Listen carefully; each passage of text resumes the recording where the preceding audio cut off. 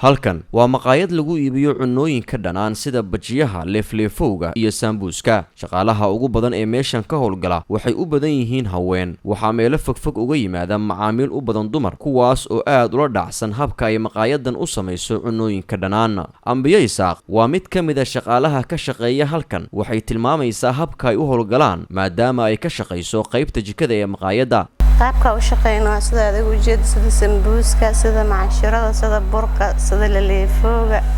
waxyaalahaas dhan aan ku shaqeynaa maalintii adiga sida seebay markay ugu yartahay 200 amal waa sameynaa marka kala yoomin 300 wax la jiro waa ka sameynaa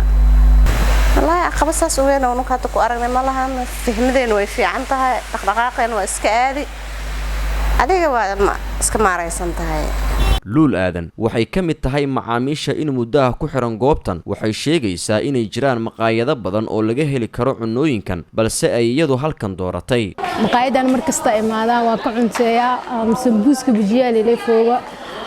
meelo badan lagu gado way jiraan laakiin intu waxay kaga macdahay nadaafada iyo wax diyaarsan oo macaa lagu keenaa marka badanaa waxay imaadaan mar kaliya imaadaan mar asxaabteeda mar familkeyga meesha waa iskaga baashaalaa xiliyada habeenkii iyo galabtii ay imaadaan maqaayadan markasta ku xiranahay adoo guriga joogtidna waa lagu keenaa maqaayadan iyo waxyaabaha ay kaga duwan tahay maqaayadaha kale waxa ay noo sheegaysaa Saare Xuseen oo ka mid ah maamulka maqaayada waxay caan ku tahay bajiyaha leefooga iyo waliba cunooyinka caadiga ah oo qadada iyo quraacda inta waa laga helaa laakiin waxay caan ku tahay waxa waaye bajiyaha leefooga sambuuska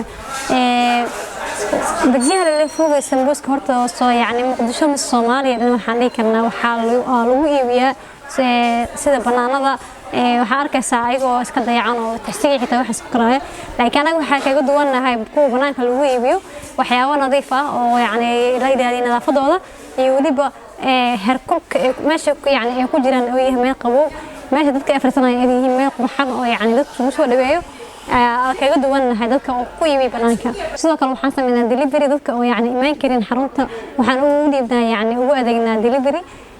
inta imaadana waxa ugu soo dhaweynaa si yaani waji furan ayagoo qanacsan macaamiisha aan ku dirnaa waxa aad u yar inaad Muqdisho ku aragto maqaayad si casri ah loo qurxiyay oo ay shaqaalaha ugu badan yihiin dumar kuwaas oo macaamiishooda ka iibinaya cunooyinka dhanaan ee ay dumarku jecel yihiin